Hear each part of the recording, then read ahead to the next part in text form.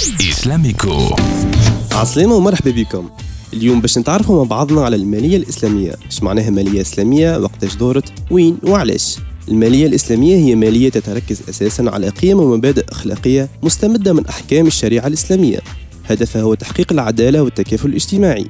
ظهرت في بداية الستينات في مصر، وتأسس أول بنك إسلامي في السعودية عام 1975، سماوه البنك الإسلامي للتنمية. ياسمين كان تحكينا كيفاش تطورت المالية الإسلامية بعد؟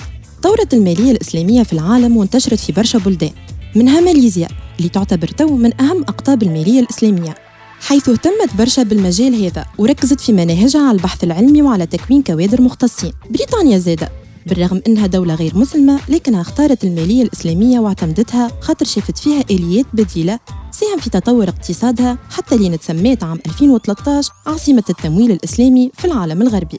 برشا دول أخرى عاشوا التجربة هذه ونجحت فيها كما تركيا، المغرب، لوكسمبورغ وغيرها من الدول العربية والإسلامية.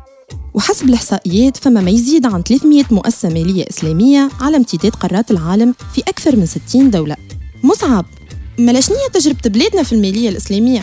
في بلادنا بدأت تجربة المالية الإسلامية ما عندهاش برشا، وتأسس أول بنك إسلامي غير مقيم عام 1983 اللي هو بنك التمويل السعودي التونسي، اللي تحول من بعد فترة البنك البركة. عام 2010 تأسس أول مصرف إسلامي تونسي اللي هو مصرف الزيتونة، ومن بعد ظهرت 3 مؤسسات تأمين تكافلي اللي هي زيتونة تكافل، أمانة تكافل والتكافلية. وعلى قريب إن شاء الله باش يكون فما بنك إسلامي ثالث اللي هو بنك الوفاق، وزاد مؤسسة تمويل إسلامي أصغر اللي هي زيتونة تمكين. يقول القائل ياسمين، شنو سر انتشار ونجاح المالية الإسلامية؟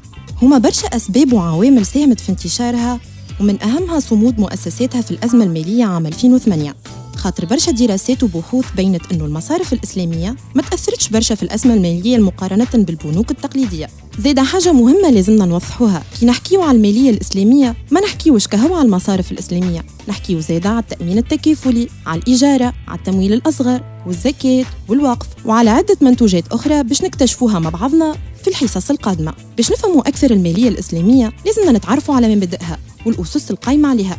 مصعب، كنت تحكي لنا على مبادئ المالية الإسلامية؟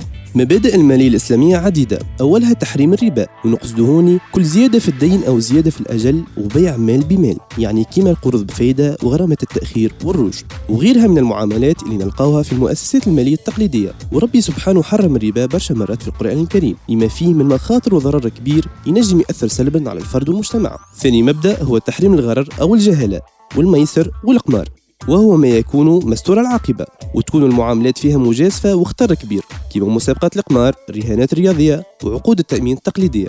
ثالث مبدأ هو تحريم التعامل والاستثمار في النشاطات المحرمة كما المتاجرة في الخمور، لحم الخنزير، الأسلحة وغيرها من المنتوجات والأعمال اللي تخالف القيم والمبادئ الإسلامية. ومن أهم المبادئ زاده هو المشاركة في الربح والخسارة، ولهنا نضمن عدالة الطرفين وما يتحملش طرف واحد الخسارة. خامس مبدأ هو الارتباط بالاقتصاد الحقيقي، ونقصده هوني أن المعاملات والعقود كلها مرتبطة بأصول موجودة وملموسة كما السلع والعقارات.